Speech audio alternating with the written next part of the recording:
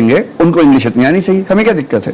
और IAFS बन के वो क्या करेंगे, फ्रांस में जाएंगे, फ्रेंच बोलनी पड़ेगी, वहां इंग्लिश का काम आएगी। जब वो लैटिन अमेरिका में जाएंगे, इंग्लिश कौन बोलेगा, इंग्लिश कितने देशों में बोली जाती है, अफगानिस्तान जाके क्या बोलेंगे, उनको फिर लैंग्वेज सीखनी पड़ती है वहां पर। IAFS में भी काट रहे सीखते हैं, वो लैंग्वेज सीखते हैं। IAS का बच्चा हिंदी मीडियम का, मेरा एक मित्र तमिलनाडु में DIG है हिंदी माध्यम से, उसको इंग्लिश बहुत कम आती है, हिंदी माध्यम में था, तमिलनाडु गया, अब वो तमिल लोगों से अच्छी तमिल बोलता है और इंग्लिश भी बोलता है। जब माहौल मिलेगा तो भाषा सीख लेंगे। भाषा कोई जेनेटिक पार्ट तो है नहीं। एक अच्छे माहौल में इंग्लैंड का खराब से खराब बच्चा इंग्लिश बोल लेता है, इसलिए बोलते हैं कि उसको माहौल मिलता है। इन बच्चों को माहौल मिलेगा, सिखाएंगे। जब आप मसूरी में कार्डर लैंग्वेज सिखा सकते हैं तो थोड़ा सा इंग्लिश में ट्रेन क्यों नहीं कर सकते उसको।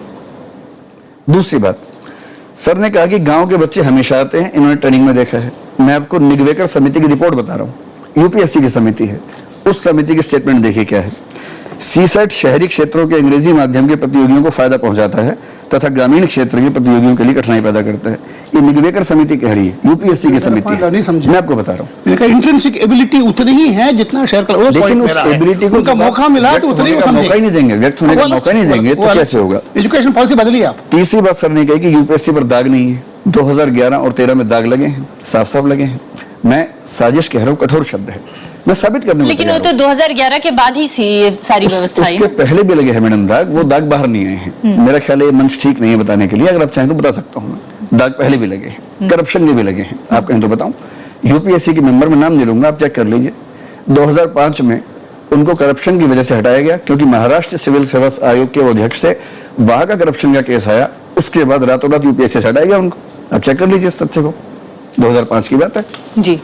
UPSC ने इस चीज को चुपचाप किया, छिपा के किया, बताया नहीं किसी को। UPSC के खिलाफ कितने केसेस हैं मेरे पास, कुछ केसेस यहाँ पर भी हम रखे इस हैं। समय UPSC की नहीं, हम उस परीक्षा पद्धति की बात कर रहे हैं। उन्होंने कहा कि ऐसी संस्था डिवाइन इंस्टीट्यूशन है कि उस पर विभाग नहीं है, वो डिवाइन इंस्टीट्यूशन नहीं है, डिवाइन नहीं है, वो हिंदी और भारतीय भाषाओं के साथ सुनियोजित तरीके से गलत कर रहे हैं। मैं आपको एक और तथ्य देता हूँ।